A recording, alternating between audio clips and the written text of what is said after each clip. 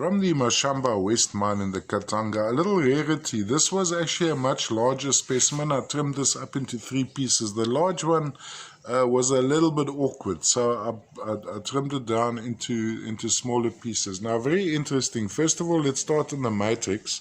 So the cross sections at the bottom would be malachite, which is almost a fan-like bladed formation. You'll see those formations going up, would be underlying malachite crystals. So maybe malachite after barite even.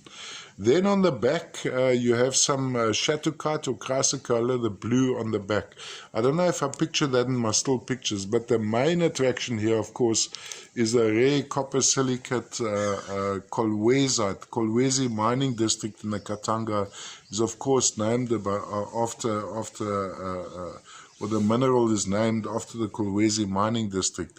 And the Kolwezite dusts this whole specimen, dust the underlying malachite. So there you see the dark green and then the brown of the Kolwezite sitting on top of it.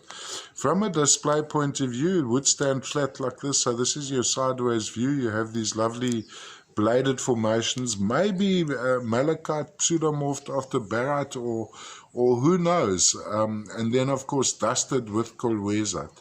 Just zoom in a little bit. Color brown and green.